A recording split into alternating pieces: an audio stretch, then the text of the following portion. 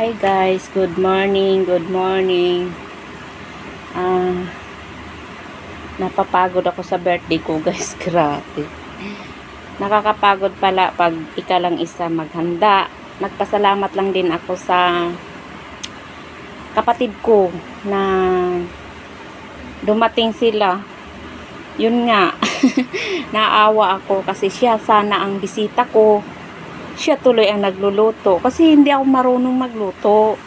Marunong naman ako magluto pero hindi yung mga putahe-putahe o anong putahe, anong mga sangkap.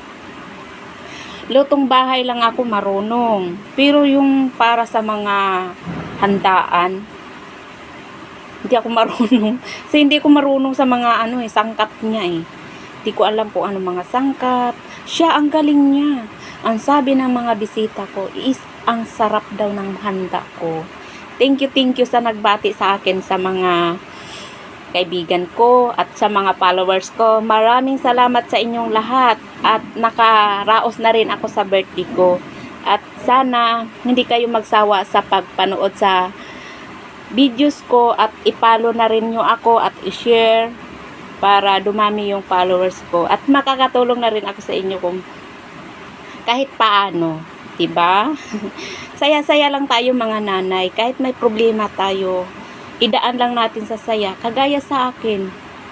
Hindi nyo alam na may problema. Tapos, yun, sinasaya ko lang sarili ko. Parang, hindi ako mag-isip sa kanya. Kaya, laban lang tayo, laban.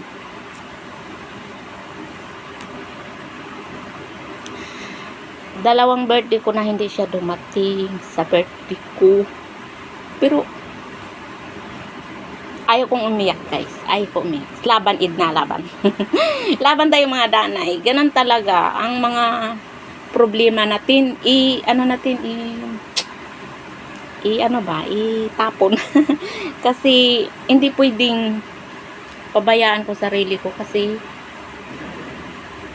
marami pa silang alagaan ko at siyempre gusto ko rin silang magabayan ng mga anak ko. Nagpasalamat lang din ako nga nakasama ko silang lahat sa bahay. Yun lang, kahit may asawa na siya, nagpasalamat lang din ako na nakasama ko sila sa bahay at hindi ako masyadong nasasaktan kasi nandito sila lahat eh. Isa lang anak ko nga wala dito sa tabi ko. Kaya, sana masaya siya sa pinuntahan niya. At, nagdasal pa rin ako na sana uuwi siya sa bahay. At, yun lang. At, tayong mga nanay, huwag tayong magpadala sa problema. Kasi, inisipin mo, marami pa tayong anak na gagabayan at nandito sila sa tabi ko.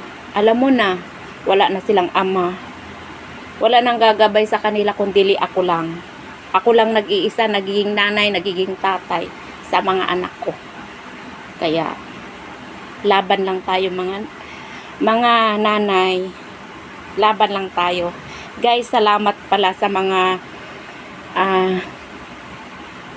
sa like and share nyo sa akin, mga followers ko. Maraming salamat. Sana hindi kayo magsawa at ulitin ko ulit. Hindi kayo magsawa sa pagpapalo sa mga videos ko. At sana matulungan ninyo ako na dumami pa yung mga followers ko. Bye-bye guys. I love you. Love you mga nanay. I love you so much. Laban lang kayo. Kagaya sa akin. Matatag.